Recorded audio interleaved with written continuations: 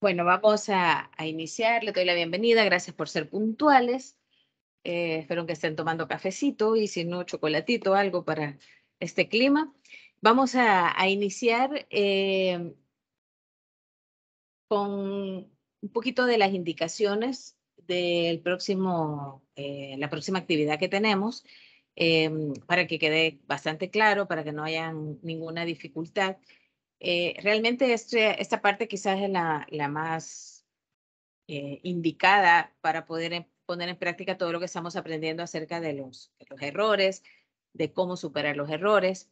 Y es investigación, que siempre les he dicho yo que los docentes tenemos que tener esta beta de investigadores para saber cómo mejorar nuestra parte didáctica.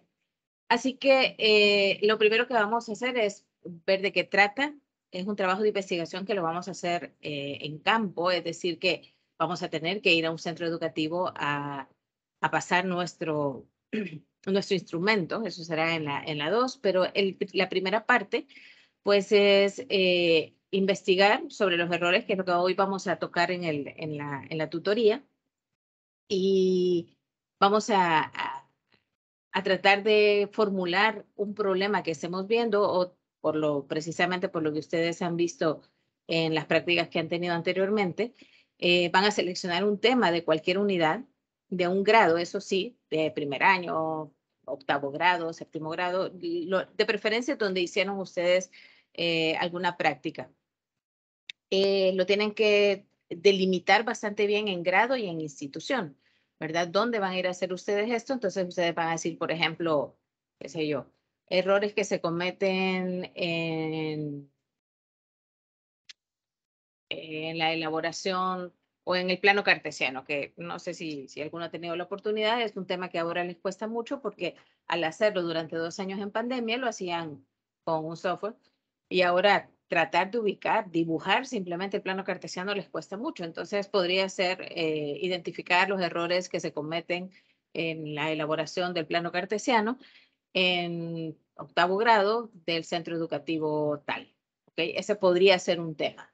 Tienen que poner, dentro del tema tiene que ir el error que quieren investigar, el grado en el que lo van a hacer y el centro educativo. ¿Ok? Tiene que estar vinculado con los errores y los obstáculos, ya vamos a ver. Por lo tanto, tienen que tener conciencia que el tema que vayan a elegir tenga un obstáculo epistemológico, que ya lo vamos a ver ya dado. Pues no es que ustedes van a reformular uno. Por ejemplo, el concepto de fracción es un concepto que les cuesta mucho a los niños, y ya vamos a ver algunos ejemplos ahí, como estamos acostumbrados que 3 por 2 da 6, la multiplicación da un número mayor. Cuando se multiplican fracciones que son menores a la unidad, que están entre 0 y 1, nos da una fracción menor. Y ellos no comprenden esto. Esto es un tipo de error. Entonces, ante esto, buenos días, Griselda. Ante esto, tenemos que sí plantear nuestro tema, pero también sabiendo como lo que ustedes esperarían, porque tenemos que plantear una hipótesis, y en la hipótesis usted dirá el error que posiblemente o que se dará será este. Y pues usted lo tiene que comprobar con su investigación. Así que hay que seleccionar bien el tema. Una vez que usted seleccione el tema, que con mucho gusto me lo pueden mandar y me pueden decir, mire Claudia, cree que este tema está bien en el nivel en el que estoy, no habrá ningún problema. Tenemos que ver los tiempos también porque se nos va a acabar el año. Yo tengo entendido que va todo octubre todavía, pero hay que ver bien, sobre todo por los temas de que hay que pasar el instrumento, ¿verdad? Así que yo les invito a que vamos un poquito adelantados con esto de la investigación para que no estemos al final que a dónde vamos a ir a pasar el instrumento. Pero eso es en la próxima entrega. Por el momento solo necesitamos elaborar el perfil de investigación, que va a ser carátula, índice, introducción. Aquí, esta introducción no la vayan a confundir con la introducción de la investigación. Es la introducción del trabajo. Es decir, en esta investigación nosotros o yo haré en tal centro educativo, pero describiendo la investigación, no describiendo por qué va a ser la investigación. Ese es otro mambo, ¿verdad? Solo déjenme ver una cosa acá. Porque alguien me dijo por ahí que se podía hacer en parejas. No veo dónde está, porque el año pasado sí se hizo en parejas. Bueno, vamos, sigamos, se lo deja después. El planteamiento del problema es una pregunta en específico, es decir, usted tiene que responder. Normalmente la pregunta de investigación se saca del tema, ¿verdad? ¿Cuáles son los errores que cometen los niños de tal grado, Esa es su pregunta de investigación.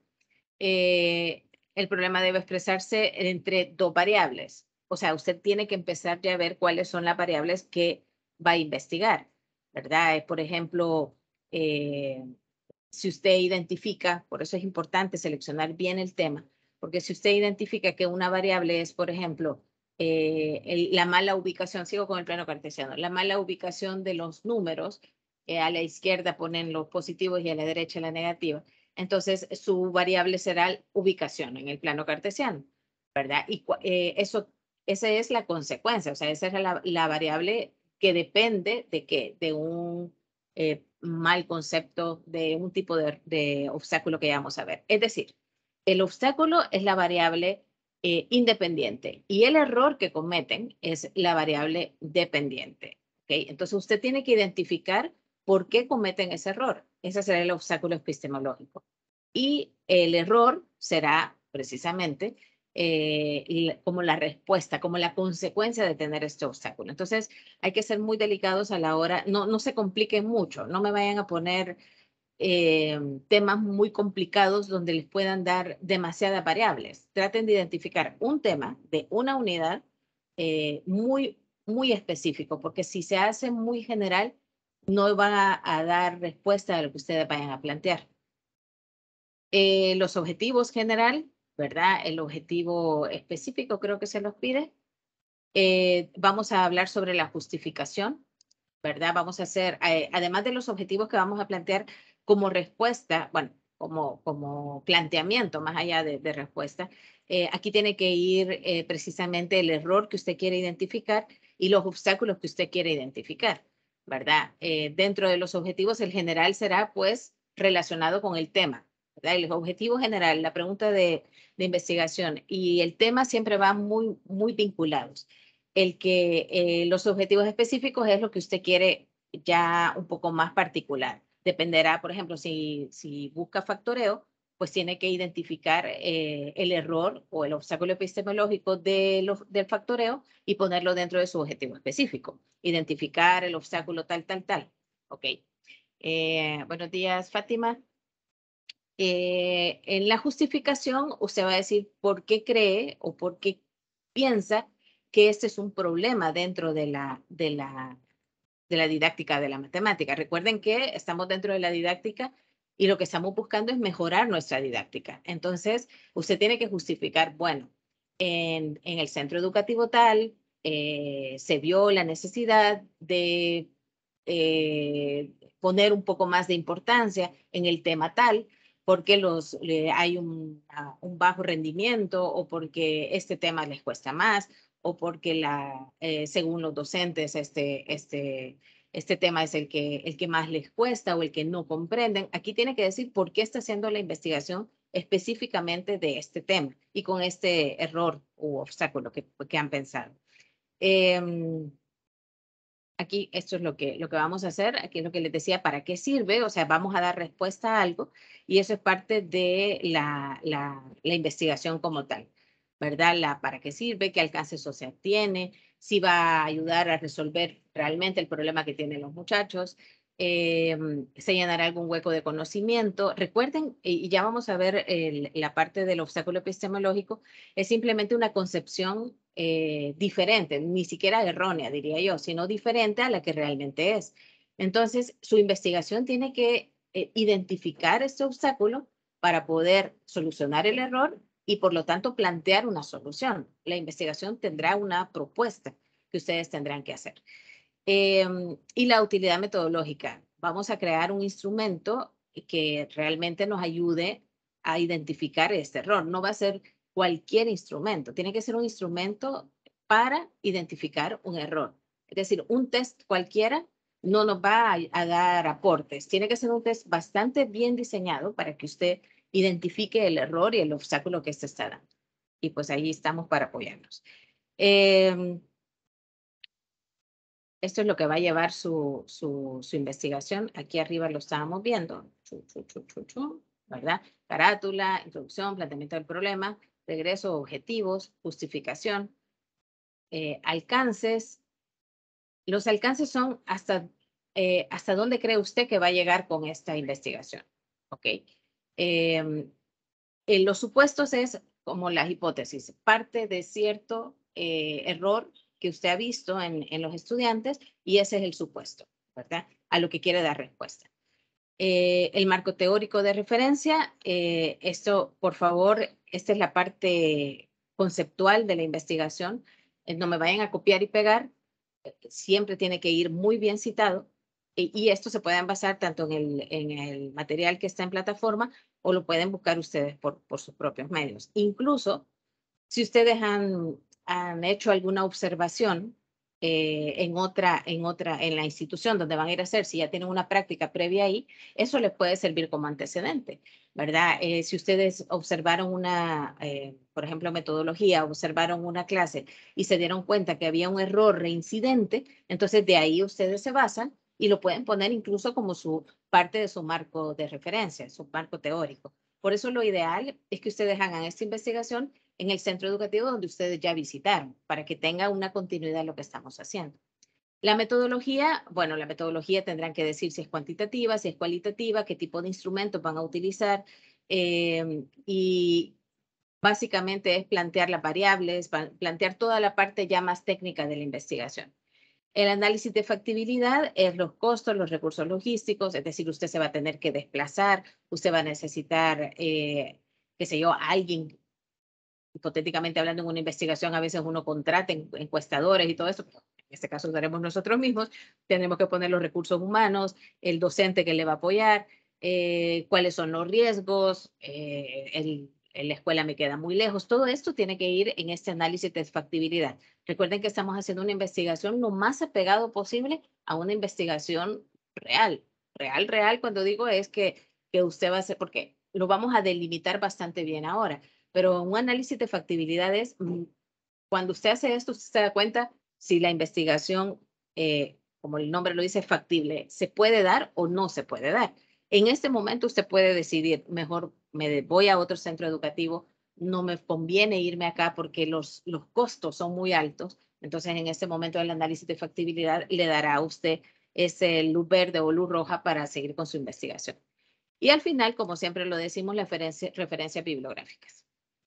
Aquí está, el límite es el 18, o sea que tenemos 8 bellos días para terminarlo.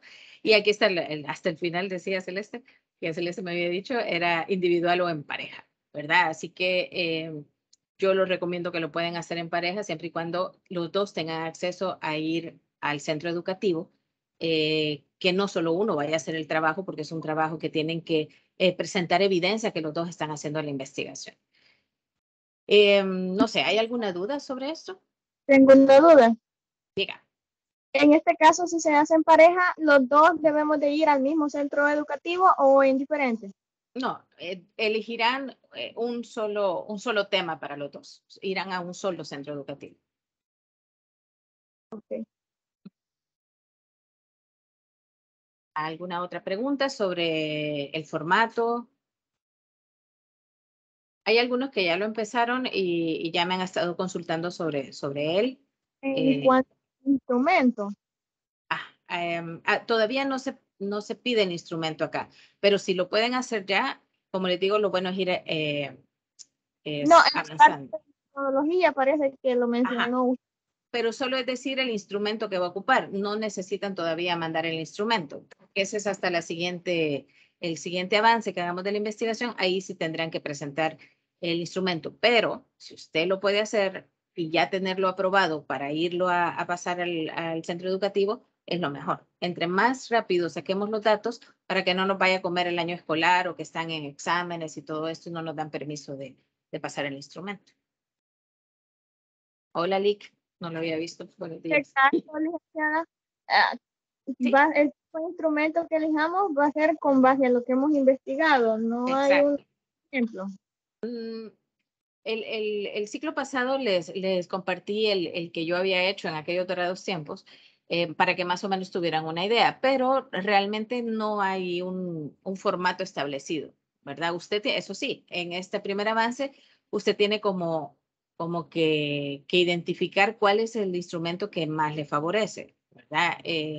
Y luego de eso, pues usted irá a pasar el instrumento, ¿verdad? Si elige una entrevista, si elige un test, si elige un cuestionario, todo eso lo tiene que identificar para esta entrega.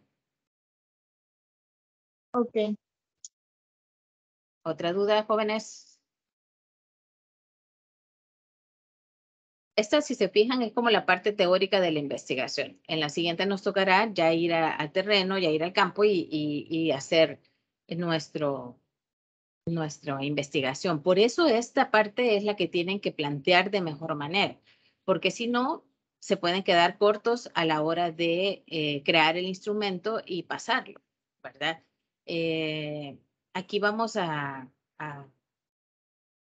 si se fijan, es bastante teórico, no tiene mucho trabajo en sí. Para mí, lo más importante de esto es que escojamos bien el tema, que sea un tema que nos permita identificar, insisto, el error y el obstáculo que vamos a hacer, las cuales serán las dos variables, para que podamos identificar esto. ¿Alguna otra duda sobre todo esto?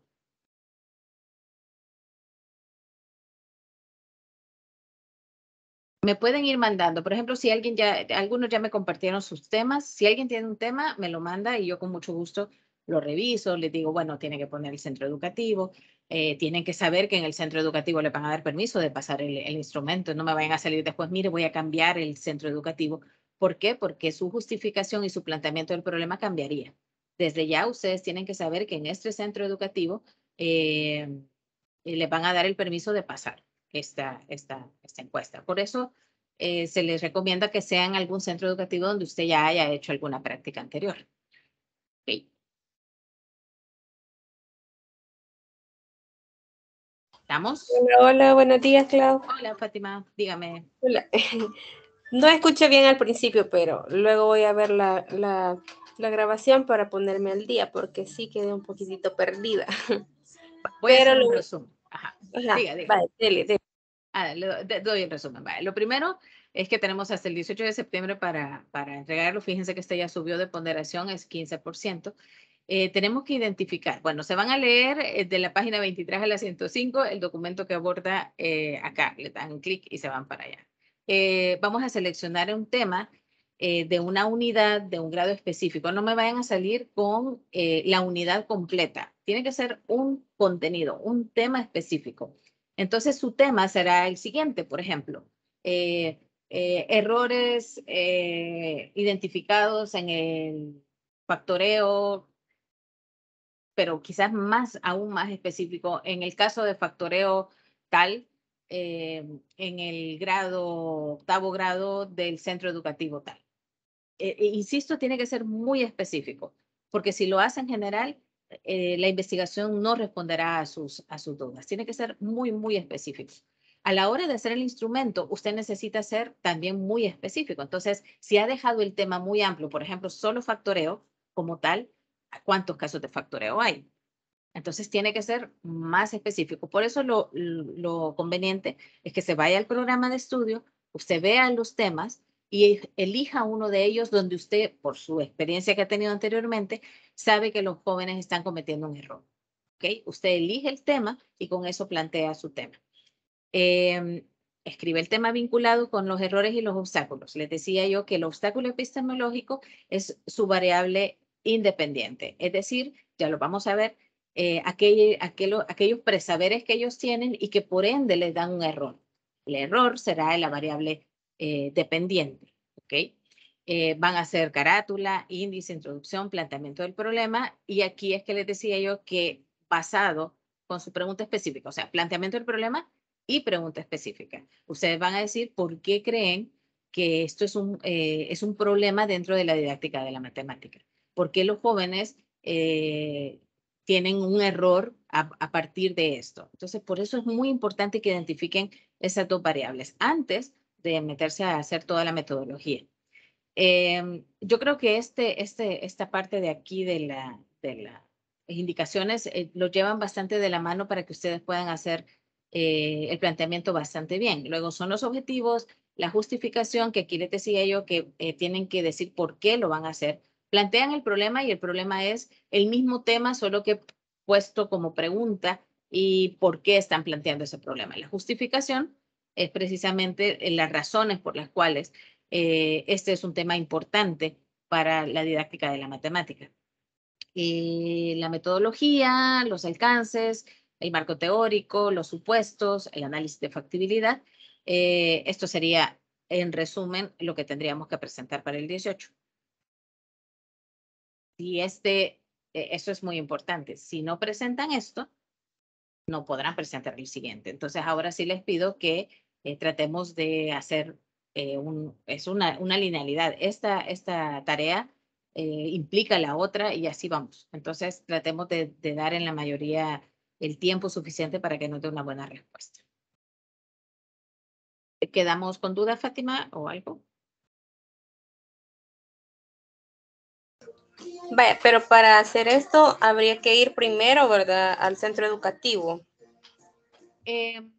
Sí, o sea, lo ideal sería que usted tenga un contacto con el director, con el centro educativo, solo para decirle, mire, necesito pasar un instrumento, ¿verdad? Porque no es que usted va a dar una clase o usted simplemente necesita pasar un instrumento.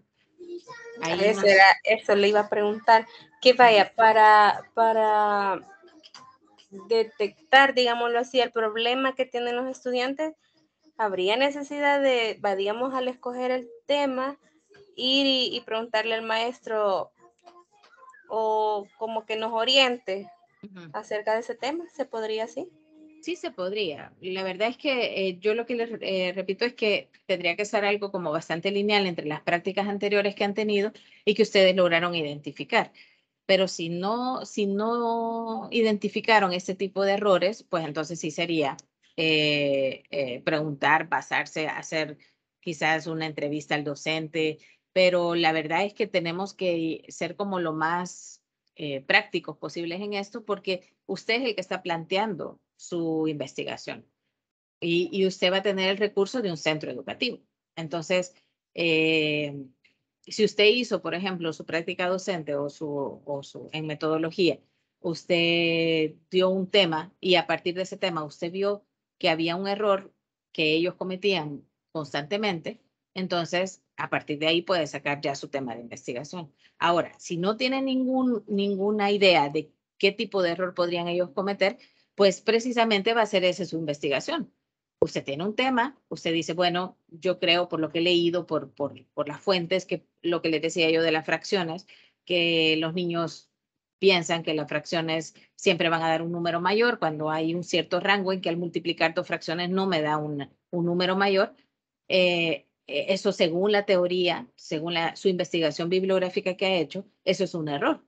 Entonces usted lo que va a hacer ahora es constatar de que ese error se da en los niños y los jóvenes de su centro educativo.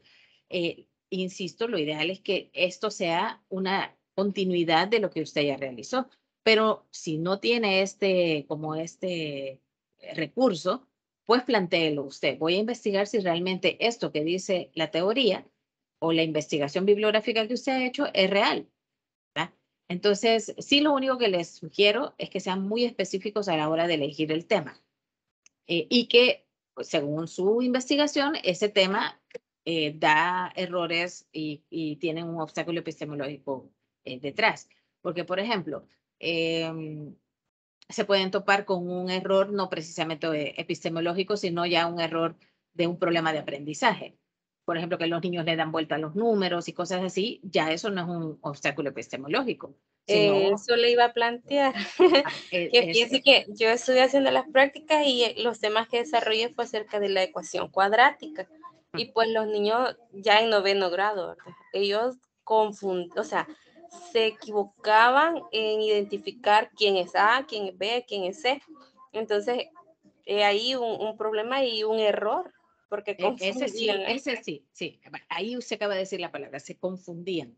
Eso sí es un error epistemológico, porque eso quiere decir que tienen un presaber anterior, y es muy normal en álgebra, que a los jóvenes les cuesta identificar a las letras con un valor matemático.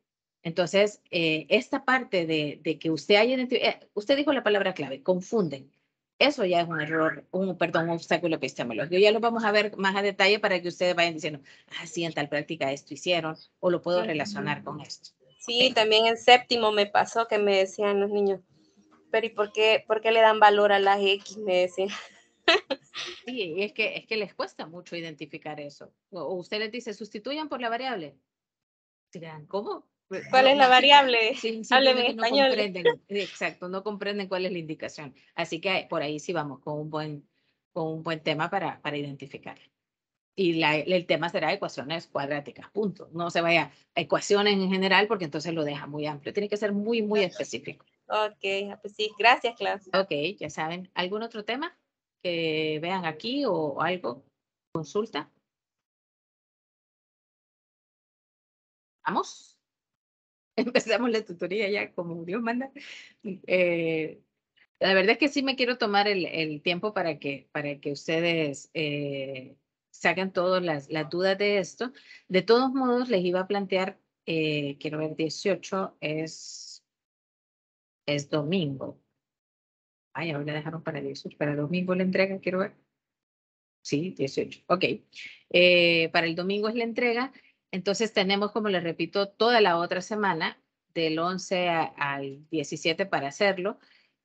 Cualquier cosa, el martes, yo sé que tienen otras tutorías, pero el martes estaré pendiente de que si alguien tiene alguna duda específica del trabajo nada más, no me van a salir con dudas de otras materias, voy a estar aquí pendiente de si alguien se quiere conectar a alguna tutoría por algo muy específico. ¿Ok? ¿Estamos? Yo sé que semana B, pero por si acaso. Listo. ¿Ha quedado claro el trabajo? Si tienen dudas, y por alguna razón yo sé que algunos no pueden abrir su micrófono, los invito a que me escriban por WhatsApp. Saben que respondo en la medida de lo posible que yo pueda tener acceso a la respuesta en ese momento. ¿Ok? Bueno, vamos a empezar con la tutoría. Antes de todo, les pido que abran su material, si tienen el material a la mano, porque se me hace que tiene hasta telarañas y que no lo hemos abierto, para que empecemos a ubicarnos más o menos estamos en la unidad 3, vamos con la unidad 3 y los los obstáculos epistemológicos. Así que vamos a empezar con este tema y de aquí surgirán quizás algunos temas que ustedes mismos me pueden decir. Saben que pueden abrir su micrófono cuando lo necesiten, si surge alguna duda. Igual les voy a agradecer que me escriban en el chat a aquellos que no pueden abrir el micrófono para no estarlos molestando, que por favor me contesten una pregunta o algo así, porque por ejemplo Fátima ya sé que tiene el micrófono abierto, así que la voy a molestar a ella. Pero si hay alguien que por alguna razón no puede abrir su micrófono, me lo hace saber por el chat, por favor. Bueno, vamos a empezar. Esto lo quise poner tal cual porque está un poco más adelante, no es de las primeras páginas en el material, pero nos da una parte muy general de lo que es un obstáculo, hablándolo dentro de didáctica, ¿verdad? Y precisamente la palabra obstáculo es una palabra que por su misma conformación podemos tener diferentes interpretaciones. Obstáculo cualquiera lo pone como una barrera, como algo que no se puede sobrepasar, ¿verdad? Ese es el concepto que nosotros tenemos de obstáculo. Pero como lo estamos hablando dentro de educación, el obstáculo es esa manifestación que tenemos dentro de un proceso que estamos llevando en educación y que se repite continuamente. Entonces, si se fijan, no es tanto así de que es algo que no nos deja pasar, sí, obviamente porque no nos deja construir un contenido, pero es más bien como un proceso que se está repitiendo y repitiendo y que no nos deja avanzar, ¿ok? más que algo fijo, es algo activo, es algo dinámico. Nos da 3 tipos de obstáculos. Está el obstáculo ontogenético, el obstáculo didáctico y el obstáculo epistemológico, que es al cual nos vamos a referir en esta tutoría. El primero nos hace más que todo aquellos que tanto, y por eso yo hacía la aclaración de que no son problemas de aprendizaje lo que vamos a ver.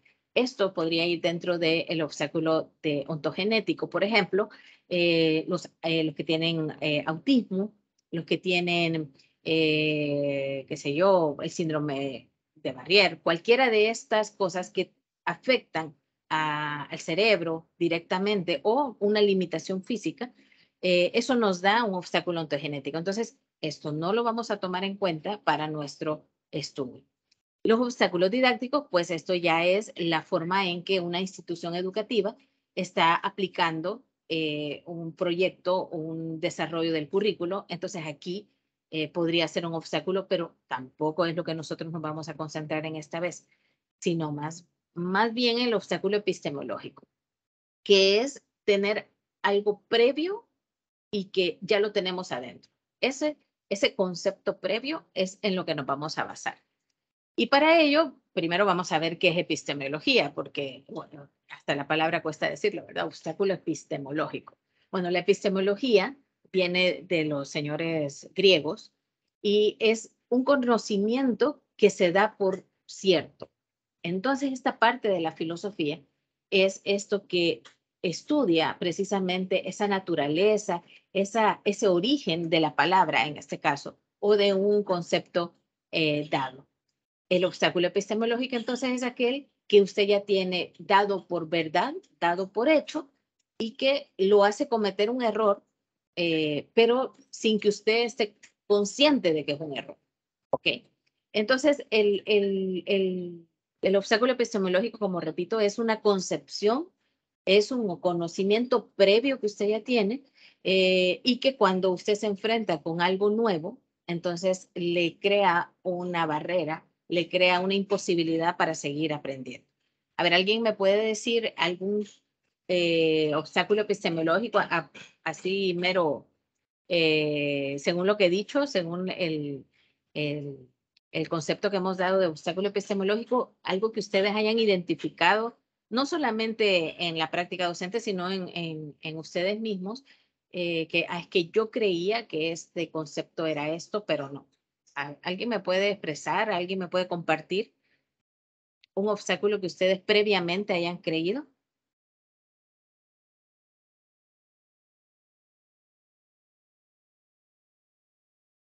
¿Ah?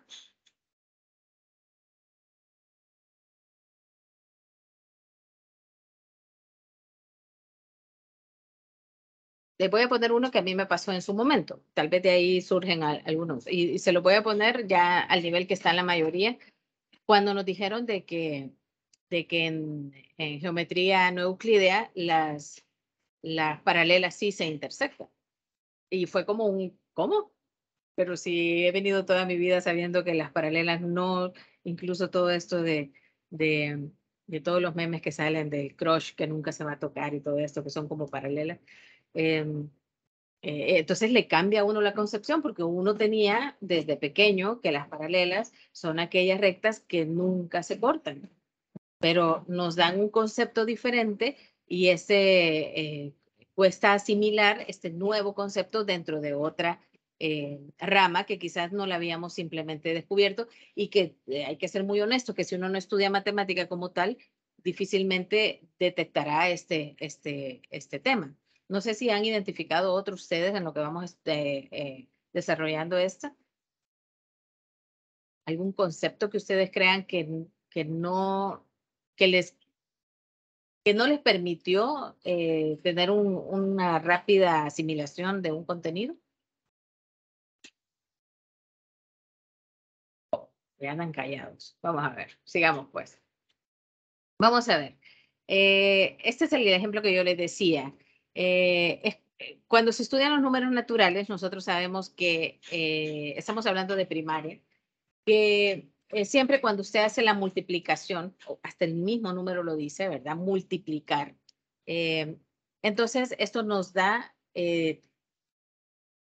un número mayor siempre. Si usted tiene 3 por 2, pues le va a dar 6. Es un número mayor. Si usted multiplica 5 por 4, pues es un número mayor. Pero cuando entramos a la hora de las fracciones, hay un rango de fracciones que no nos permite o que no nos da un número mayor, ¿verdad? Entonces dice, el estudiante, dice, cae en cuenta de ello y construye ese conocimiento. Siempre que yo multiplique, el número me va a dar mayor. Pero cuando pasamos a los números fraccionarios o los números racionales, si usted pone una fracción, 1/2 por 1/3, le va a dar 1/6. Y 1/6 es menor que las fracciones que usted ha dado. Entonces, ese es un obstáculo que usted va cayendo con él a lo largo de todo hasta que llega a ver las fracciones y usted se lleva a eso, porque ni siquiera se pone a analizar que 1/6 es menor, simplemente lo va haciendo porque como el 6 es mayor, ¿verdad? Entonces usted sigue creyendo que 1/6 es mayor que 1/2 y 1/3. Y va a construir su conocimiento basado en eso. No sé si alguien tiene algún ejemplo sobre esto. Bienvenido, Jonathan. No lo había visto, o no sé si ya tenía rato de estar, y Sandra también, que no los haya visto. A ver, vamos a ver, algún otro ejemplo que se les ocurra sobre esto. Clau, y el de que al sumar números negativos con positivos daba negativo, podría ser uno. Sí, ¿verdad?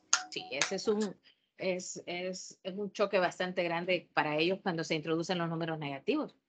De por sí, el número negativo es un concepto difícil de asimilar, y mucho menos que los números mayores negativos son menores. Un -35 es menor que -5. Eso es un error también porque hemos dado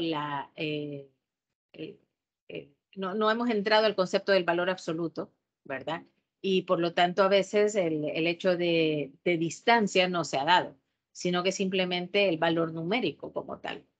Por lo tanto es como que vamos cayendo en ese error y cuesta. Realmente dar números negativos es un poco complicado y tienden a hacerlo mecánico, ¿verdad? Más por menos, menos por más, y así van. Pero a veces les cuesta un poco identificar. ¿Algún otro concepto que crean ustedes que les cuesta en geometría o en álgebra?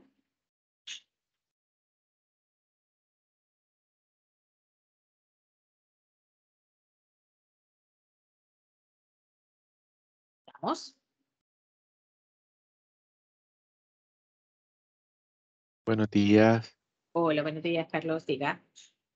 Bueno, del que yo más recuerdo que sí, bueno, a mí me afectó bastante es el que mencionamos al principio, de ya cuando se pasa de lo aritmético a lo algebraico, a una letra darle una Un valor. existencia en la Ujú. matemática, ¿verdad? Sí. Entonces decía X más Y, y yo decía, ¿esto qué es? Decía yo, no, ¿qué es esto? Entonces, como que he visto también que a los alumnos siempre les cuesta eso. Incluso ya errores como digamos X más X, Ujú. pero bueno, me decía una persona, si no sé qué vale X, ¿cómo voy a sumarlo? Bueno, es Ujú. 2X, 2 veces X. Pues sí, y no entendió, la verdad que me sentía hasta yo frustrado porque no me entendió, Sí. no No, llegaba. y si es que fíjense que eso es quizás lo de la matemática es pasar de algo abstracto a algo concreto, ¿verdad? Y a veces, yo, por ejemplo, la bendita X, yo les digo, ¿qué letra quieren? Que ellos me digan para que se den cuenta que puede ser cualquiera, que no necesariamente tiene que ser la X, que nos hemos acostumbrado a que sea X y Y. Pero les digo, hasta me han dicho, la ñ, Miss, y ahí pongo la ñ porque esa es la que ellos quieren.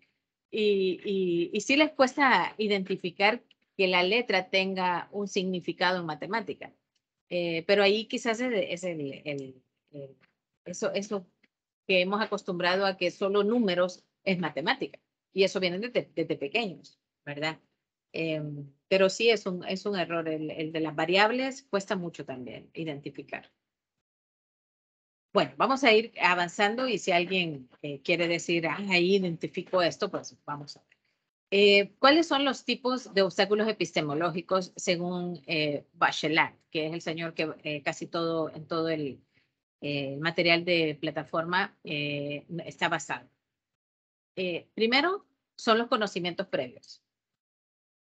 Por ejemplo, un concepto, la pendiente. Ustedes les dicen, si jamás han oído ellos la palabra pendiente matemáticamente hablando, y hasta a nosotros nos pasa, la imagen, y quiero que vean esto, epistemología es la imagen que usted hace en su cerebro de un concepto. ¿Ok? Esto es muy filosófico, llamémoslo así, ¿verdad? Entonces, si usted le dice pendiente, hay como 3 cosas diferentes. Y hagan el ejercicio con algunos jóvenes, si van a dar el tema. A ver, ¿qué entienden por pendiente? Y más de alguno le dirá algo que no se ha hecho todavía. No tiene nada que ver con matemática, pero es un concepto de la palabra pendiente. Lo que pasa es que no lo hemos aplicado a matemática. Ok, muy bien. Otra. Es cómo está inclinado el bosque o un suelo ahí o qué sé yo, la calle. Ahí empieza por lo menos la palabra inclinación. Entonces, hay palabras de por sí que tienen diferentes conceptos. Y este es el conocimiento previo que se tenga a algo. O, por ejemplo, el que yo les decía de la fracción entra en este de los conocimientos previos.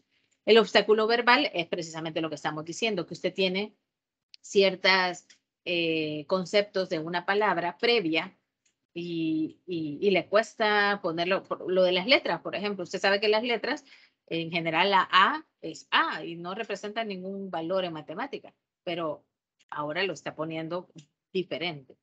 El peligro de la explicación por la utilidad. Esto es un obstáculo epistemológico que lo hacemos nosotros los docentes en los estudiantes. Porque con tal de hallarle una aplicación a algo, gracias, usted es capaz de inventarse una aplicación totalmente errónea, con tal de hallar la aplicación, ¿verdad? Y he caído yo y a veces es broma, pero con tal de darles una base para que ellos empiecen a construir su conocimiento, pero a veces se hace muy trivial la utilidad cuando realmente es un poquito más allá, ¿verdad? Les digo, por ejemplo, en los triángulos rectángulos, la hipotenusa. ¿Verdad? La hipotenusa, ¿qué es la hipotenusa? De por sí hasta la palabra es rara, la hipotenusa. Y ustedes, no dan cuenta y caso que la hipotenusa y la relacionan ya con el hipopótamo que salen todos los memes y todo eso, y ya le dio algo. Puede ser un recurso para que ellos recuerden hipotenusa, hipopótamo, pero no es una utilidad real, ¿verdad? El conocimiento general. Esto es precisamente lo que usted tiene como en su cerebro, todas las conexiones que tiene acerca de diferentes conceptos y es un conocimiento que usted ya lo trae de por sí. Entonces, precisamente, ya lo vamos a ir viendo más detallado, ahorita solo estoy dando algunas cosas. Y el obstáculo animista, va relacionado más con fenómenos físicos, movimientos y todo esto. Cuando uno tiene este obstáculo, le cuesta identificar lo abstracto de un concepto porque uno lo relaciona siempre con algo que se está moviendo. Ya vamos a ir viendo esto. Vamos a ver, el primero, el obstáculo verbal, el cual se presenta cuando mediante una sola palabra o una sola imagen se quiere explicar un concepto. Bueno, si quiero ver, si me pasa el otro, aquí está. Concepto animista, el obstáculo verbal, me falta los conocimientos previos acá, perdón. Bueno, vamos a hablar de los conocimientos previos, pero creo que ya lo hicimos. Los conocimientos previos son aquellos que usted tiene, que se le han dado desde pequeño y que usted tiene que identificar para poder construir otro contenido.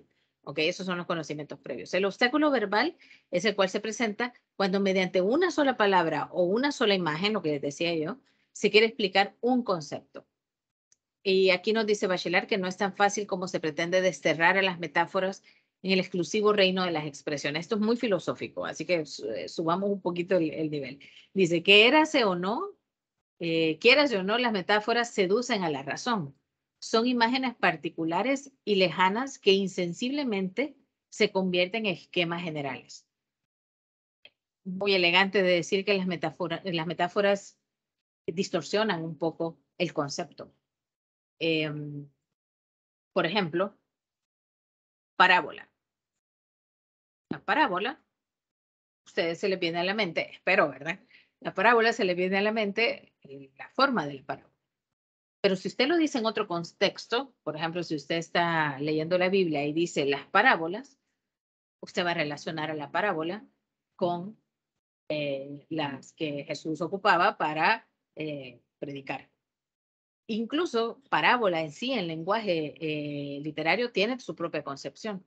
Entonces, a veces el concepto nos restringe, llamémoslo así, a un concepto de que una sola palabra tiene diferentes conceptos. Y esto es lo que a veces causa un poco de errores en los estudiantes para poder construir su conocimiento. El utilitarismo dice, plantea una serie de problemas a la hora de definir un término, pues existe la tendencia de reducirlo y sintetizarlo de tal manera que se pretende explicar o definir un concepto solamente mediante la idea de la utilidad o del beneficio. Y aquí vamos con las variables. La letra A. La letra A me sirve para aprender a leer, a escribir y ya. La letra A no me sirve a mí para matemática. ¿Okay? Ese ahí es en qué uso yo, por ejemplo, las letras. Pues para escribir, para leer. Y esa es la utilidad que yo le doy a este concepto, llamémoslo así, de la variable, ¿verdad? O por ejemplo también, ¿cómo cuesta encontrarle utilidad a los números negativos? Sobre todo, y fíjense que esto creo que ya lo había mencionado, en los chiquitos les cuesta ver los números negativos porque para ellos no existe la deuda, no existe el débito en los bancos, para ellos les da igual si está haciendo frío o está calor, todo esto para ellos no va. A medida van creciendo y usted les empieza a hablar de una deuda que le debes en la tienda tanto de dinero, entonces ellos, eso es negativo, ¿verdad? O por ejemplo, si usted le dice, usted tiene una deuda de $5, ¿eso es positivo o negativo para usted? Es negativo para mí, ok, es una deuda que usted tiene, es un número negativo. Entonces, la utilidad que se le da a los conceptos o a los términos a veces limitan la construcción del conocimiento. ¿Alguien tiene algún ejemplo de estos dos tipos de obstáculos?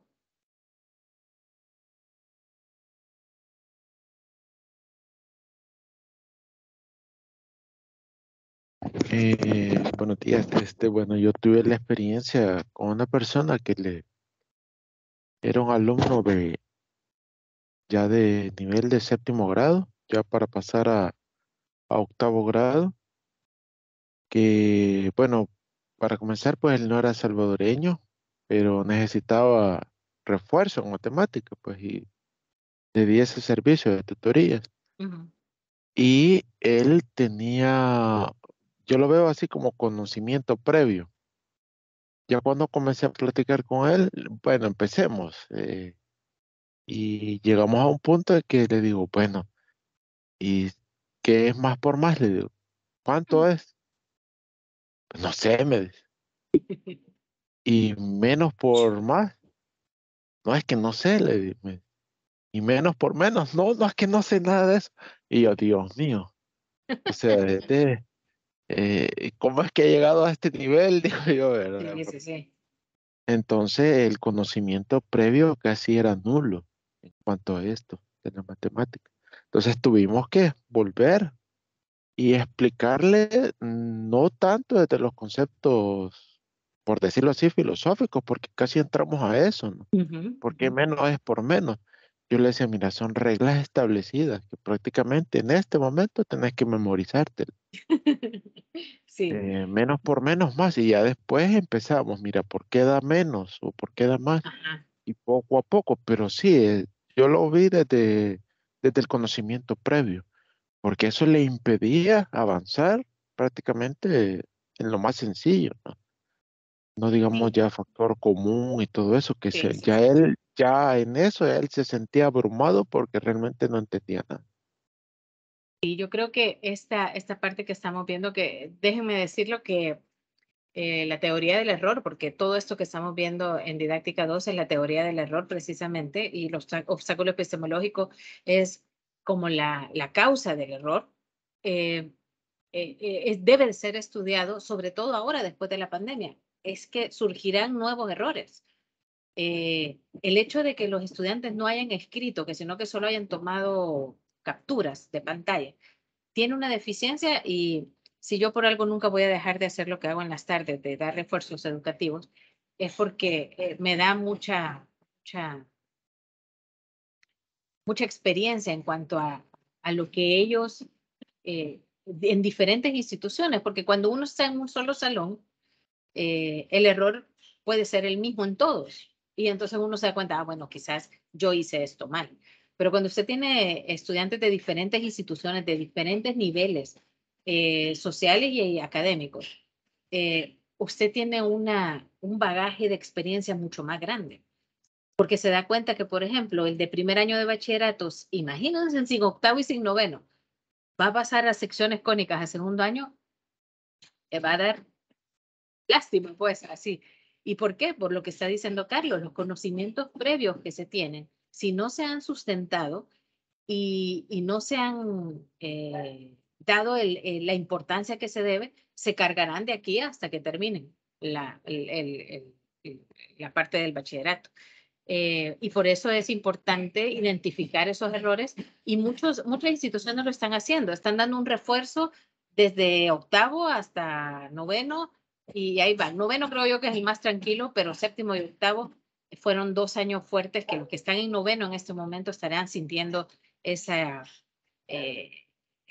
bajón de conocimientos precisamente de las variables que se enseñan ahora en séptimo grado.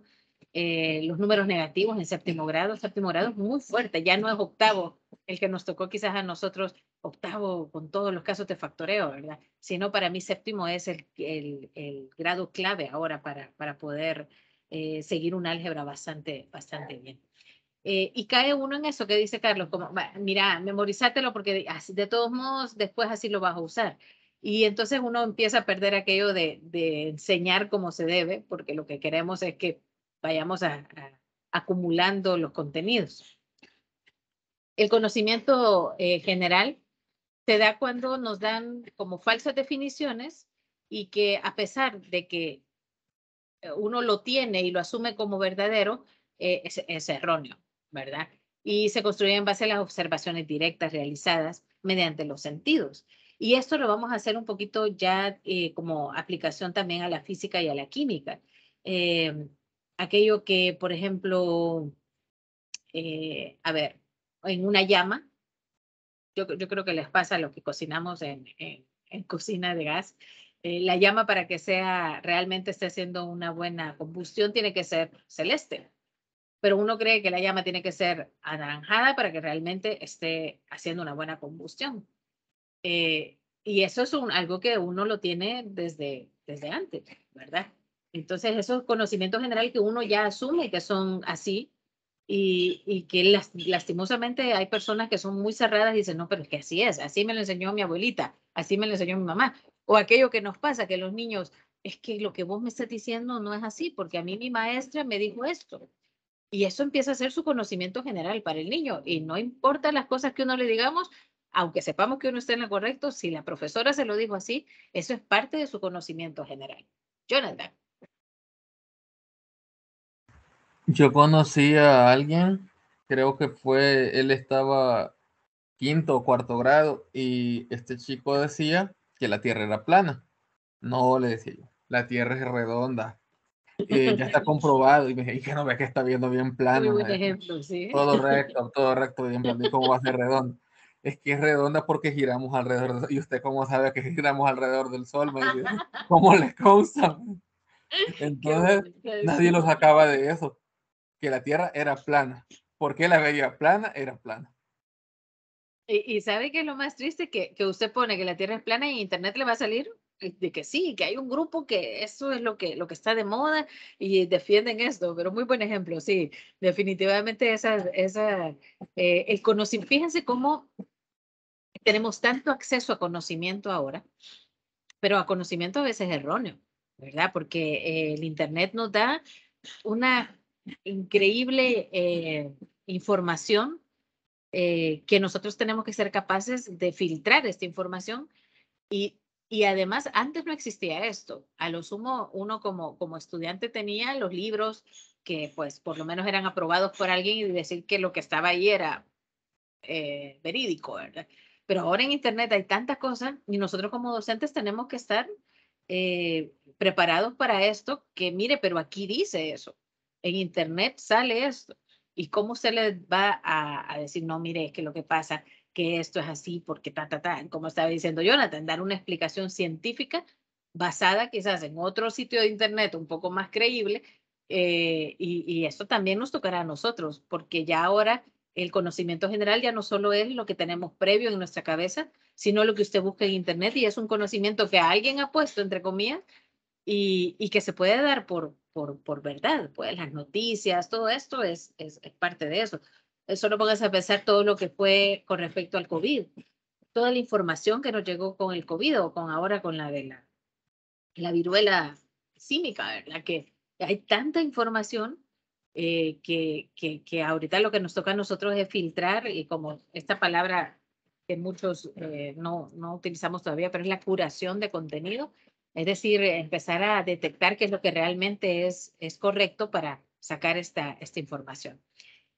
El obstáculo animista dice que los fenómenos biológicos son los que sirven de medios de explicación para los fenómenos físicos.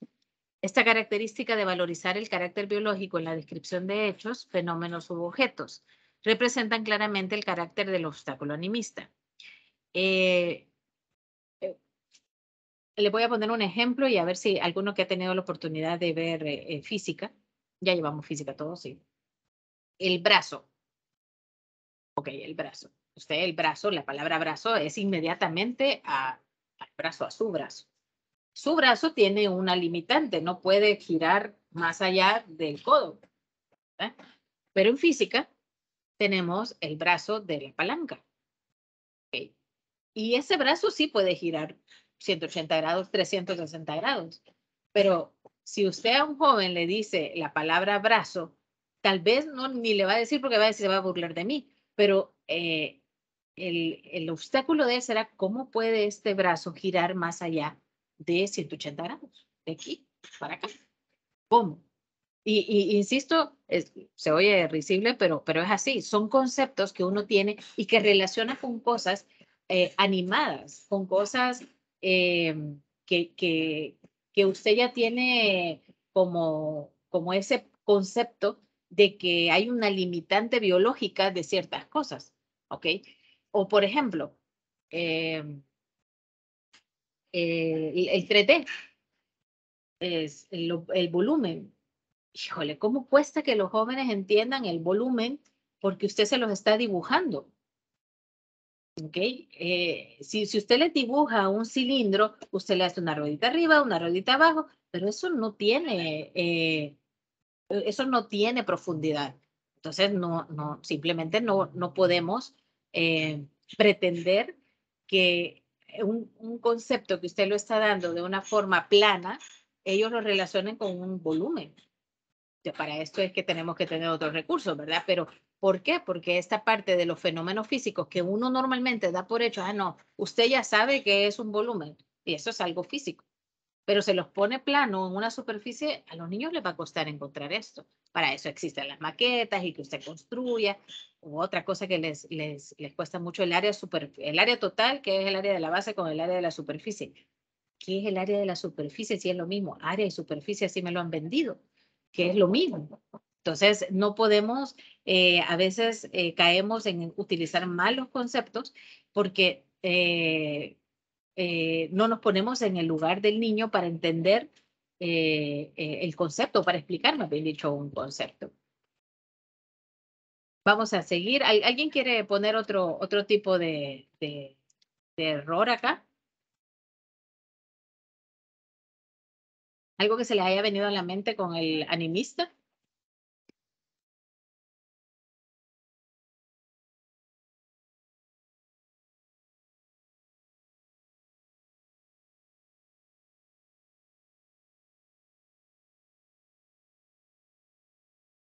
Bueno, sigamos, pues. Miren que después tenemos un bello Kahoot, así que espero que estén poniendo atención. Quiero que veamos esto, que es previo ya como cayendo un poco más en la didáctica. Permítame.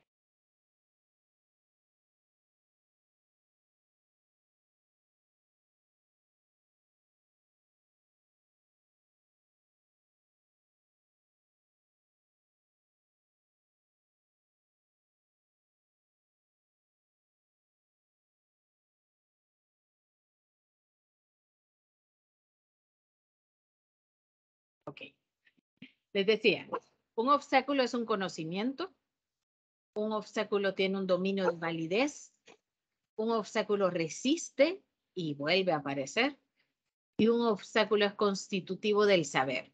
Fíjense que me lo traje porque quiero que captemos que no es así nomás, que usted va a quitar un concepto previo y con que usted le diga, mire, la X es un valor que vamos a ir poniendo cualquier número, que con solo que usted le diga eso, eso va a desaparecer. Eso no es así, porque simplemente usted le tiene que dar otro concepto diferente para que él o el joven o el niño ponga este concepto encima del otro, pues si lo quieren ver así, como que descarten el concepto que tenían anterior y que lo pongan ahora en este nuevo concepto. Eh, y se escucha feo, pero es algo que va a insistir y que va a aparecer cada vez que se toque este tema. Por ejemplo, el que les decía yo de las fracciones. Ese concepto, si nadie se lo explica al niño, de que al dar una fracción menor con otra fracción menor a 1, dos fracciones menores a 1, usted lo multiplica, le va a dar una fracción mucho más chiquita, el niño simplemente lo va a llevar hasta que salga quizás de bachillerato y jamás lo va a poder. Y va a llegar un momento en que sí va a tener que hacer porcentajes, por ejemplo, donde estamos hablando de la unidad y que son conceptos menores a 1, y que entonces él no va a entender por qué le da menor. ¿Ok? Entonces, además tenemos que estar conscientes que este obstáculo para los jóvenes, para los estudiantes, tiene una validez, tiene un peso, porque en algún momento se lo dijeron. Así de simple. Y, y está intrínsecamente dentro de él. Entonces, la importancia de quitar este obstáculo es para ampliarle la mente, para abrirle la mente. Y no me dejarán mentir que esto no solamente lo apliquemos a matemática, sino en general a nuestra vida diaria. Esos tabú que uno dice, ¿verdad? No es que qué sé yo, déjenme pensar uno que no sea tan fuerte. O si piensan ustedes un obstáculo en general, que ustedes digan, vale, por ejemplo, está lloviendo y no me puedo mojar, me voy a enfermar si me mojo, ¿ok? Hay algunos que sí se enferman, hay otros que se pueden mojar y no les pasa absolutamente nada, ¿verdad? Y eso es un concepto que usted tiene y que nadie se lo va a quitar. O por ejemplo, a ver, déjenme ver. El concepto de que usted tomando caldito un caldo de res o de pollito es suficiente para que usted ya tenga su remedio. Y quizás hay algo más allá que usted no le permite, pues, no sé, eh, curarse de una enfermedad. No quiero tocar temas sensibles como por ejemplo la transfusión de sangre, porque no sé si hay alguien aquí que no esté de acuerdo con esto, pero hay personas que, y se los pongo en ejemplo, a mi suegra le acaban de hacer una transfusión de sangre y todo bien, pero había gente que no permitían hacer transfusión de sangre. ¿Por qué? Por sus conocimientos, por su cultura. Estas cosas son difíciles de quitar. Entonces, imagínense si esto en la vida diaria es así. Eh, Permítame un momento.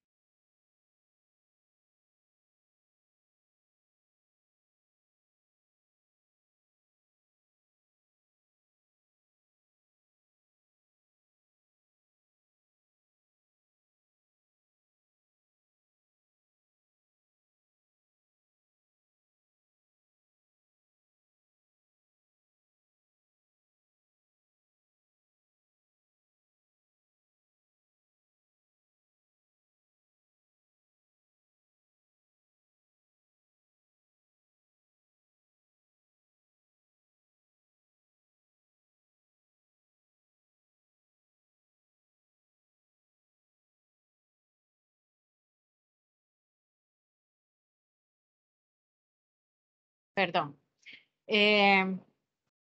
Bueno, les decía esto y que imagínense ahora este concepto erróneo o simplemente no erróneo, sino que no le deja construir un nuevo concepto matemático, entonces costará mucho más. Por eso esta parte de que el obstáculo resiste y va a reaparecer es muy importante para nosotros como docentes.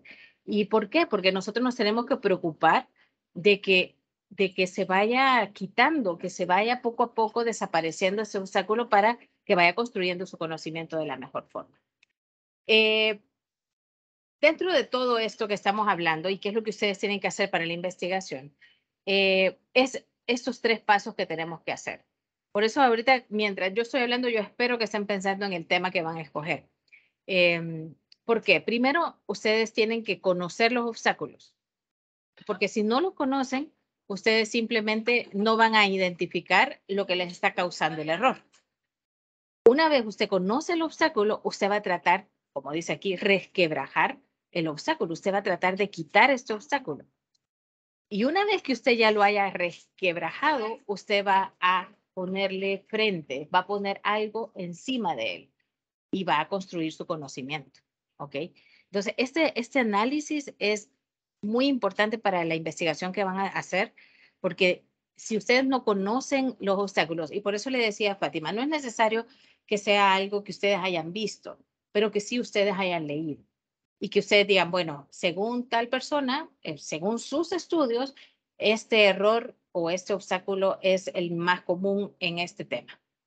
Tienen que leer, tienen que investigar. Y entonces su hipótesis será esa.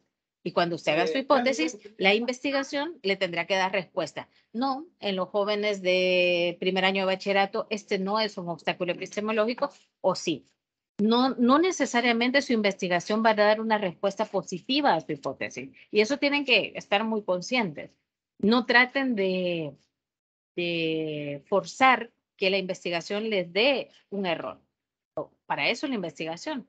Usted dirá, no, pues en primer año de bachillerato el factoreo no es no es un tema que tenga un obstáculo epistemológico o un error. No lo es. Así que su conclusión será a partir de eso. ¿Ok? ¿Estamos? ¿Hay alguna duda de todo lo que estamos hablando?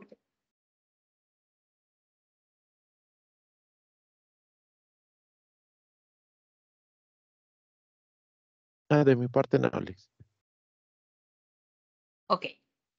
Bueno. Cuando ustedes encuentren esta parte de conocer cuáles son los obstáculos, de resquebrajamiento del obstáculo, del francamiento del obstáculo, que es simplemente enfrentarlo, ¿verdad? Y al enfrentarlo usted está quitando el obstáculo y poniendo un nuevo concepto que le permita al estudiante construir el conocimiento que usted quiere. Entonces usted ya está haciendo didáctica en esta parte, ¿ok? Y eso es lo que buscamos con la investigación, que usted logre detectarlo, porque esto le va a servir no solo para este ejercicio que va a tener. A lo largo de su práctica docente, usted va a identificar, y tal vez no en todo el grupo, sino en un solo niño, y dirá, este obstáculo es lo que a este niño no le permite crear su conocimiento. ¿Por qué? Porque, qué sé yo, porque no se pueden las tablas, por ejemplo. Y entonces mucho menos va a poder trabajar áreas, superficies, y ese conocimiento será el que no le permite crear. Otro tema, y estos se van para la unidad 4, por favor, si ya la tienen por ahí. Vamos a empezar a dar algunas cositas de la unidad 4, que simplemente es porque tenemos que plantear una solución. Y para eso necesitamos precisamente la transposición didáctica. ¿A qué les suena transposición didáctica? ¿Qué concepto creen ustedes que viene de la transposición? A ver.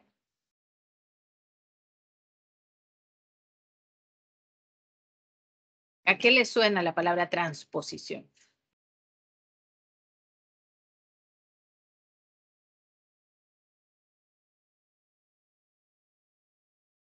Uh-huh.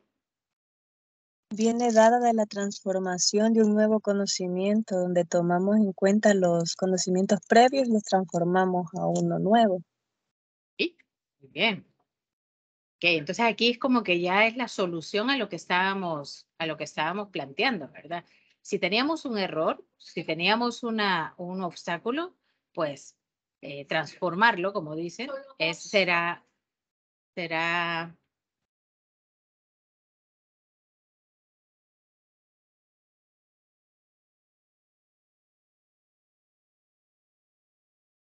ok. Y de eso hay como ciertas fases, llamémoslo así, de la transposición didáctica.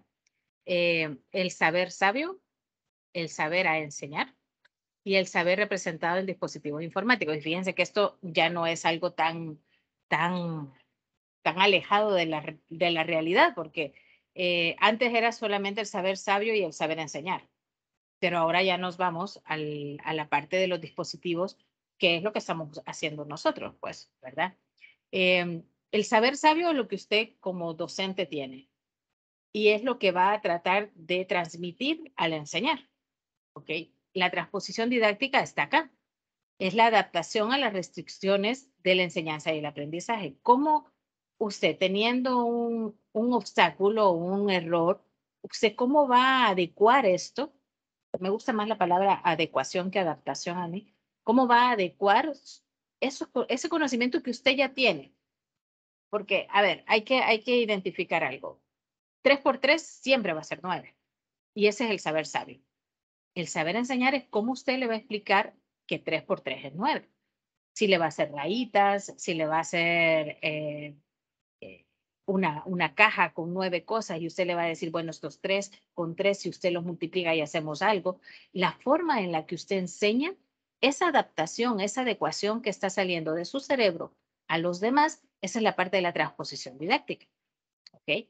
Es decir, que la forma en la que usted enseña es ese cambio que está haciendo del saber con la didáctica. Y luego entra la transposición informática, que para mí ya no debería estar tan alejado de la parte de enseñar, sino tendría que estar en un solo nivel, puesto que estamos ocupando muchos dispositivos informáticos. Y esa forma en la que usted adecúa la parte de la enseñanza, de los recursos de aprendizaje a dispositivos informáticos, esa parte ya es otro tipo de transposición, porque usted está adecuando. Entonces, la palabra adaptación, adecuar, es como la clave para esta transposición. Como decían, pasar de los errores que usted ya identificó, identificar el obstáculo que usted ya tiene, con lo que usted conoce, con lo que usted sabe. Entonces, unificar todo eso para saberlo enseñar, esa será la transposición didáctica. ¿Estamos? ¿Hay alguna duda de esto?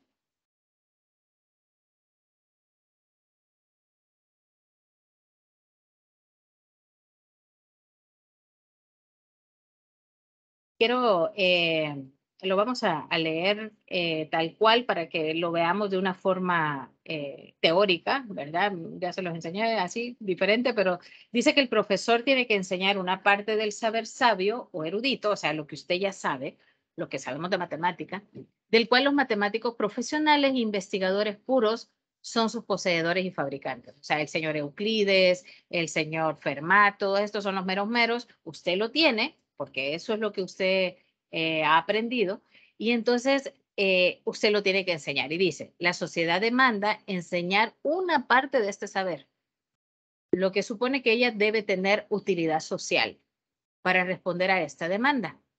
Es necesario transformar el conocimiento para que se vuelva enseñable a un nivel dado. Este punto es clave en cuanto que al profesor debe cuestionarse acerca de su relación con el saber enseñar, así como el saber erudito. Es decir,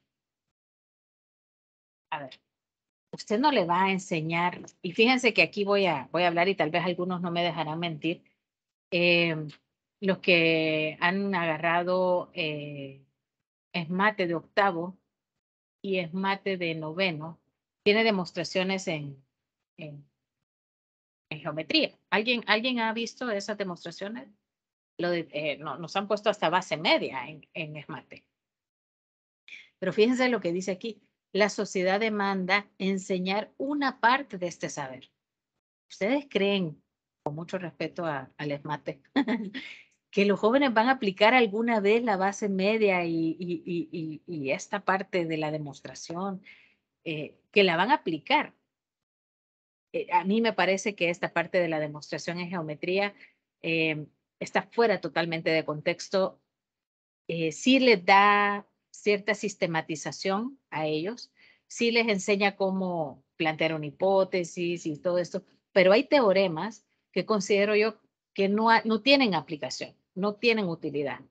Y entonces aquí digo yo, este saber erudito, este saber, por tratar de hacer una matemática muy pura, cuesta enseñarlo, porque a veces ni siquiera los propios docentes tienen esta habilidad, ¿verdad? De las demostraciones. Específicamente estoy hablando de las demostraciones. Por el contrario, yo diría que estadística, que siempre se deja al final, sí tiene una aplicación bastante real en nuestros medios. Jonathan. Bueno, yo lo que siento que en esa parte está bien cuando alguien va a estudiar física o matemática ya en la universidad, pero no todos lo van a hacer. Como usted menciona, está como fuera un poco de contexto de la realidad, porque bastantes personas no pueden seguir estudiando. Y al final eso lo que hace es que se frustren o se decepcionen de la matemática, porque a veces ni el docente lo puede explicar adecuadamente. Sí, definitivamente es como que ahí uno le da la razón a los niños cuando dicen, ¿y esto para qué me va a servir en la vida? ¿Verdad? Y creo que ahí todavía tenemos una pequeña deuda con la matemática en las escuelas, de realmente es que los niños no necesitan saberse todos los casos de factoreo. Los niños lo que necesitan es aplicar eso a su vida diaria, darle las competencias para que la matemática la apliquen, no para que sea un dolor de cabeza. Pero lamentablemente la sociedad nos pide cierto tecnicismo en la matemática. Y cuando digo la sociedad es porque estamos influenciados por diferentes otras culturas. Pero, por ejemplo, yo le voy a decir, alguna vez tengan la curiosidad de poner SAT, que es es como la PAES, hagan cuenta caso para Estados Unidos. El SAT. Si ustedes ven eso, de verdad que les va a dar risa la matemática que se ve ahí. Porque es una matemática tan sencilla, pero aplicada. ¿Ok? Que los hace razonar, que los hace pensar y no los hace ni mecánicos. Y por eso yo siempre les digo a los muchachos que tengo ahora que tal vez me buscan porque quieren hacer, por ejemplo, el examen de admisión, que sé yo, a la ESEN, por decirles algo. El examen de admisión de la ESEN es un examen internacional, no lo hacen acá. Y el de uno se aflijan. Créanme que la matemática que ustedes ven en el colegio es más difícil que esa. Pero ¿cuál es la gran diferencia? Que allá en los otros países les enseñan a pensar, a razonar. En cambio aquí los hacemos mecánicos. Entonces, esa es la gran diferencia. Cuando uno entienda que la matemática tiene que ser aplicada y que tiene que ser una materia para crear razonamiento, entonces la matemática irá por un mejor camino. Es como, bueno, nosotros no nos podemos meter en ese costal porque nosotros sí estamos viendo una matemática pura.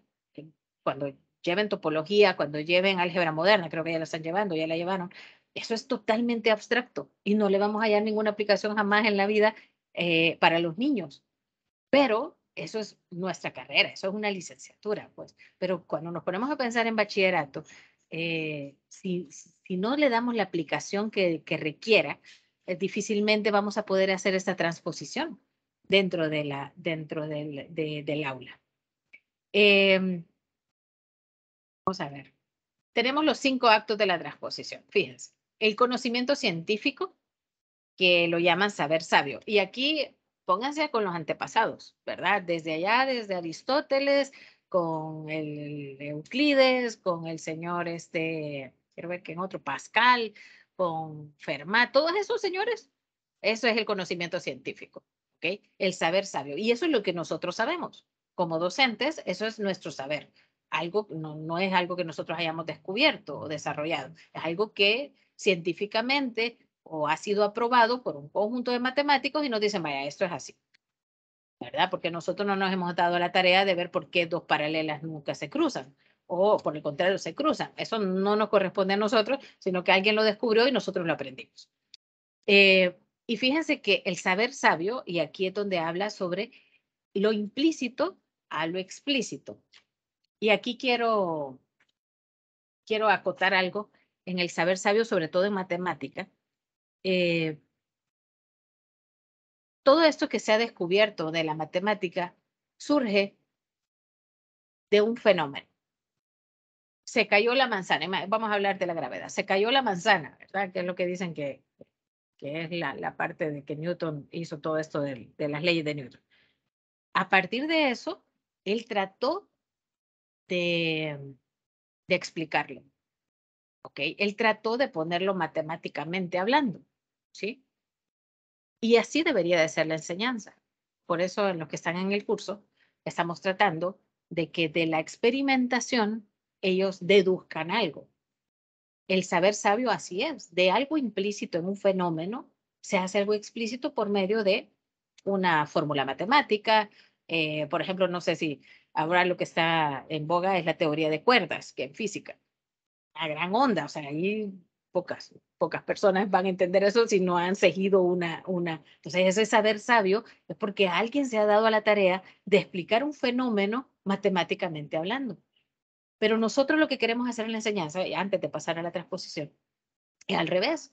Nosotros les queremos dar la fórmula a los niños y que luego ellos apliquen a la realidad, cuando debería de ser como realmente surge el conocimiento de la experimentación, plantear una ecuación que nosotros mismos podemos guiar. O sea, no vamos a creer que vamos a tener a un Euclides y que va a formular un teorema. Posiblemente sí, posiblemente no. Pero de la experimentación, ¿por qué crees que esto con esto pasa? Y van a empezar a decir cosas y van a empezar, y entonces usted lo que tiene que hacer es guiarlo. Le apuesto que eso les quedará más a los niños en su cabeza que si usted le dice primero la fórmula y le dice qué es cada cosa. ¿Ok? Ahí es donde viene el saber sabio con la transposición didáctica. La forma en que usted enseña, cómo quiere enseñar, cómo quiere que ellos aprendan. Y ahí es que vienen todas las metodologías. Entre la transposición didáctica y el saber enseñar, vienen todas las metodologías que usted quiere lograr en ellos. ¿Ok? Todo esto de que si primero le da el texto y luego lo vamos a aplicar en el aula, que si usted quiere hacer una gamificación con ellos, que toda esta metodología es la parte de la transposición didáctica y el saber enseñar. ¿Por qué? Porque de esta forma el objeto de enseñanza, que era el contenido que usted quería dar, tomará sentido para el muchacho o para la señorita. Entonces, si usted logra captar la atención de ellos desde la transposición didáctica hasta el objeto de enseñanza, usted habrá logrado su objetivo de aprendizaje. ¿Cómo lo va a hacer? Ahí es que entramos con la adaptación y la adecuación. Volviendo a nuestro tema, que es la investigación. Usted ya identificó el obstáculo que quiere investigar, el error que da como consecuencia. Luego tiene que plantear la transposición didáctica. ¿Cómo usted enfrentaría esto? ¿Qué plantearía? ¿Qué propuesta daría para que ese conocimiento sea mejor aprehendido con H por el estudiante? ¿Ok? ¿Estamos?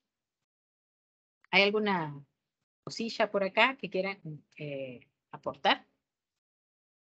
Hoy han estado bien callados. Hablan más en el taller que acá. Sí, quizá como un aporte a esta situación, quizás sucede que en otros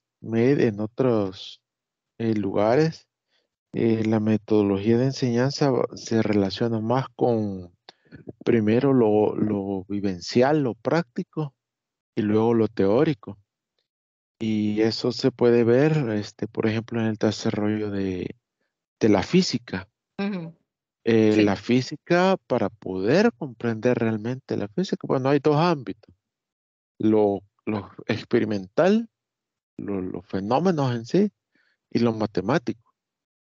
Pero yo pienso que, como en otros lugares, pues tienen más recursos para tener laboratorios, para tener equipo, porque si no, la física, realmente entender física es bien complicado, no es tan sencillo. Por ejemplo, tuvimos la oportunidad en la materia de física de hacer un experimento aquí en casa. Ujú. y realmente hacer mediciones de cómo cae una pelotita y, y a cuánto cayó. Bueno, mi ojo ve 3 centímetros, pues realmente no sé a cuánto está. Y yo explicaba eso, ¿verdad? En el reporte. Entonces, después se puede comprender ya más lo abstracto y lo matemático. Pero siento que eso, el acceso a lo experimental es fundamental. Y realmente, bueno, ahí se pueden aplicar los simuladores, ¿verdad? Pero sí, eso es fundamental. No es que le estemos haciendo propaganda, ¿verdad? Pero sí, definitivamente es así. Lo que pasa es que en general, creo yo que no necesariamente solo los simuladores, cualquier cosa que uno tenga, ya sea por cualquiera de los sentidos. No es lo mismo ponerle una fórmula de caída libre y que ellos no comprendan, y por mucho dibujito que usted le haga, no van a entender si no se ve la animación de algo, ya sea físico o un video o la simulación, lo que sea, pero no es lo mismo. Entonces, la parte de la transposición didáctica lo que nos invita es a tener recursos diferentes, y yo pondría ahí, entre la transposición didáctica y el saber enseñar, la transposición informática. ¿Por qué? Porque ahora ya no nos podemos desligar de la parte informática. Ya es un recurso que lo tenemos y que nos facilitaría mucho más tener precisamente el conocimiento para ellos. Nos cuesta mucho a nosotros, y a lo largo de toda la experiencia que uno tiene como docente, se va cansando, se queda con el chip del año pasado, en el sentido de que esto ya lo expliqué, ellos ya lo deben de entender, eh, tenemos que ser conscientes que los jóvenes, que el resultado de lo que los jóvenes saben es simplemente reflejo de lo que nosotros enseñamos como docentes. Aquellos que tengan la experiencia de tomar un salón o un aula que ustedes no le han dado clase, experimentará un choque fuerte, porque ¿cómo no es posible que ustedes no lo hayan visto? Cuando, me imagino que en las prácticas, ¿verdad? Que han tenido, pero ¿cómo están aquí si no saben tal cosa? ¿Verdad? Cosas así. Pero eso es lo que tienen que adecuar ustedes a que si no se saben las tablas y, o no se saben los casos de factoreo, o no pueden complementar cuadrado, algo muy utilizado para secciones cónicas en segundo año, tendrán que enseñarlo, porque de lo contrario pasarán dormidos toda esa parte y no aprenderán. Entonces, eh, yo soy consciente que dentro del aula salvadoreña, a veces esta misma parte nos hace cubrir simplemente contenidos. La cosa es terminar los contenidos sea como sea, pero por eso estamos así, porque el docente no se da la tarea de verificar que realmente esto sea comprendido por los estudiantes, y entonces se van cargando todos los errores, ya no solo los de séptimo, sino los de octavo, los de noveno, primer año, segundo año, y cuando llegan a querer entrar a la universidad, tienen un vacío bastante grande. Así que esa es nuestra misión como docentes, tratar de identificar estos obstáculos que van teniendo y tratar, en la medida de lo posible, solucionándolos y haciendo una transposición didáctica para que puedan ellos afianzar. Listo. ¿Estamos hasta acá? ¿Estamos? ¿No se me han dormido todavía?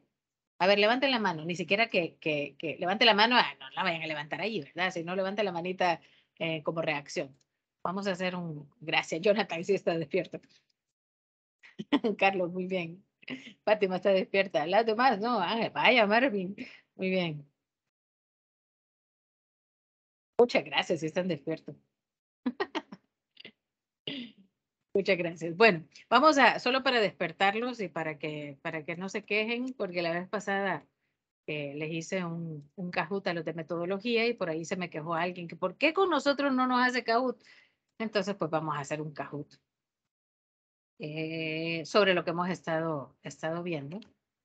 Así que permítanme, vamos a... creo que la mayoría ya jugó Kahoot conmigo. Si no, les pongo aquí en el chat. um, lo pueden hacer en el teléfono, que es lo más recomendado, o lo pueden hacer en otra ventana de la computadora. ¿Y será que lo puede compartir en el grupo de WhatsApp? De WhatsApp. Pero eso pues. ¿Dónde está? Aquí está didáctica. Bueno, el que les comparto es para que entren y van a poner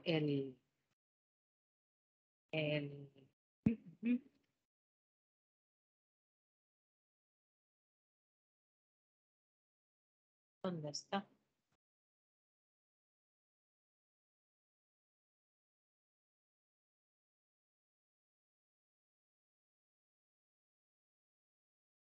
Okay. ¿Sí lo ven?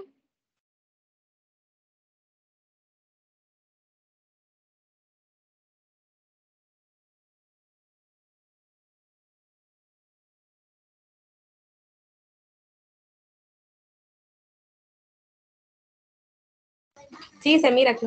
Vaya. Entonces ahí ponen en el que les mandé en WhatsApp y acá, ponen este número que está acá. Ahí está.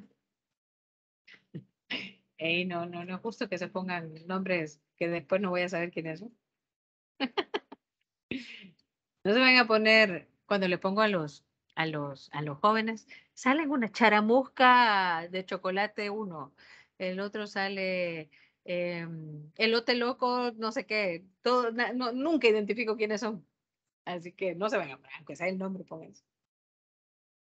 Listo. Esta es Sandra Guadalupe, perdón, es que solo Sandra veía yo. Yo dije, ¿quién es Guadalupe? ¿Quién se llama Guadalupe?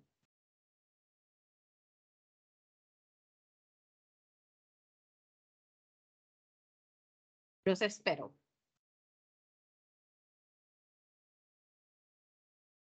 Solo son 7 preguntas, no se aflijan, no es muy largo. Y no es, gracias Jonathan, y no es, gracias Ángel, no es evaluado. Simplemente para que, gracias Celeste, gracias Griselda, qué eficientes.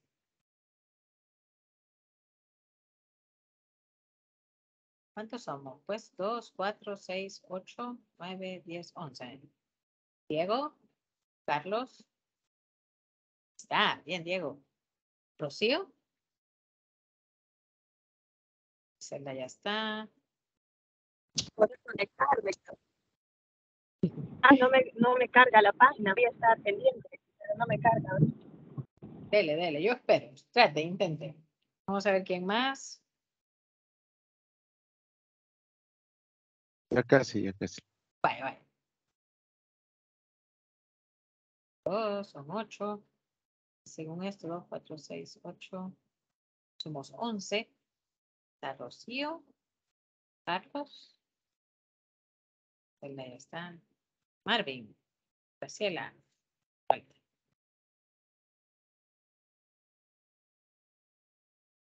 Gracias, Carlos.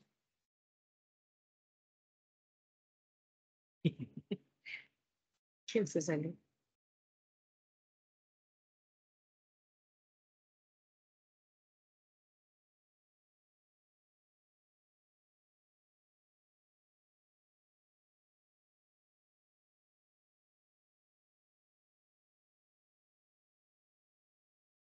Rocío se salió. Sí.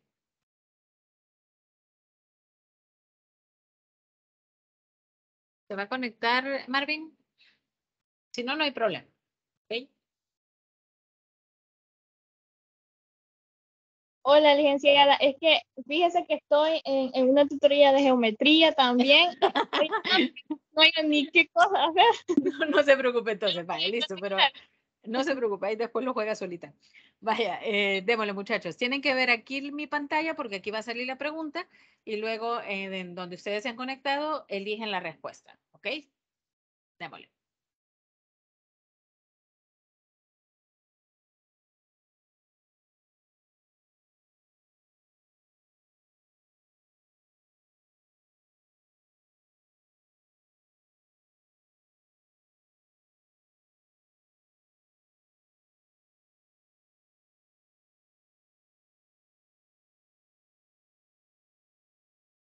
Insisto que no es evaluado. No vayan a dejar de contestar. Pero sí hay SAPEX de por medio. Ok, muy bien. Eso fue lo primero que vimos en la primera diapositiva. A ver. Bien. Bien, Ángel. Digamos, es una concepción, un conocimiento que resulta ser eficaz ante ciertas situaciones.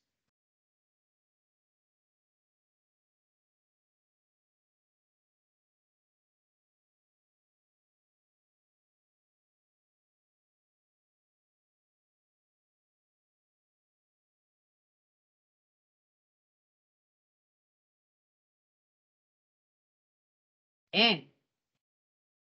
¿Eh?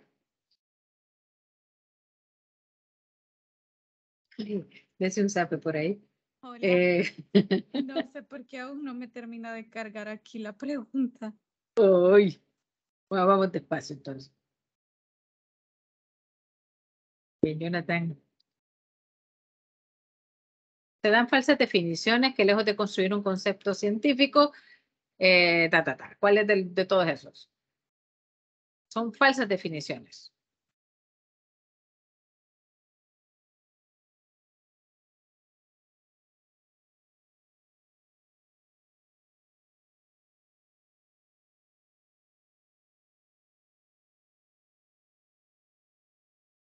Ya. A ver. Carlos anda con todos los poderes. Bien, Griselda. Se presenta cuando mediante una sola palabra o una sola imagen se quiere explicar un concepto.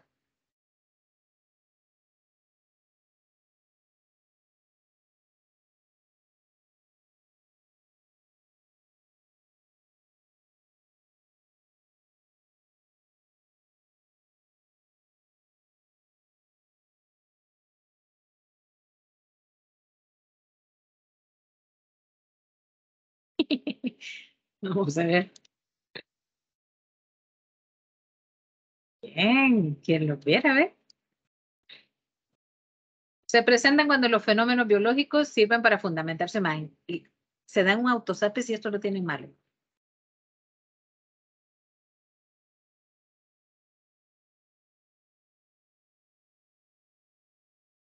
Fenómenos biológicos.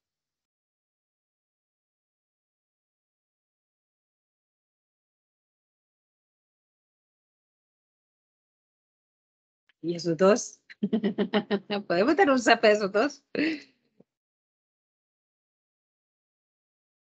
Bien. Plantea una serie de problemas a la hora de definir un término, pues existe la tendencia a reducirlo.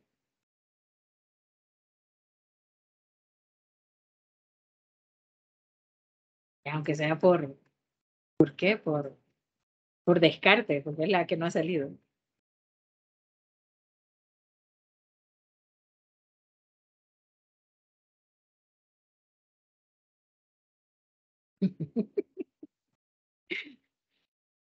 Que si lo estuviera enfrente. Bien. Ese segundo, tercer y cuarto lugar están reñidos. La última. ¿Qué se necesita para hacer un buen análisis de los obstáculos epistemológicos? Conocer los obstáculos, conocimiento general, identificar el error o memorizar el concepto.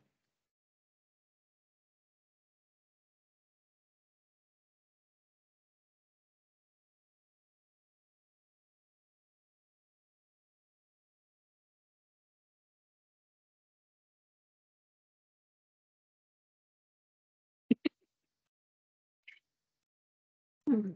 5 autosapes, por favor, ahí. Les puse, hasta le dejé en la pantalla ahí los 3. Conocer los obstáculos. Recuerden que el obstáculo es la causa del error. A ver. ¿Quién queda en tercer lugar? Bien, Lupita. Ángel, mírenlo pues. Carlos, obviamente porque era el que iba ahí. Muy bien. Vamos a ver quiénes quedaron ahí abajito. Fátima y Jonathan. Muy bien, muchachos. Nada mal. Para haber estado dormidos en la tutoría no estuvo nada mal. Bueno, con esto terminamos. Esto nos despiertan. Ya los despertamos, ¿verdad? Muy bien. Bueno, nos quedamos hasta acá. Recuerden cualquier duda que tengamos del trabajo de investigación, pues me lo hacen saber con mucho gusto. Me mandan el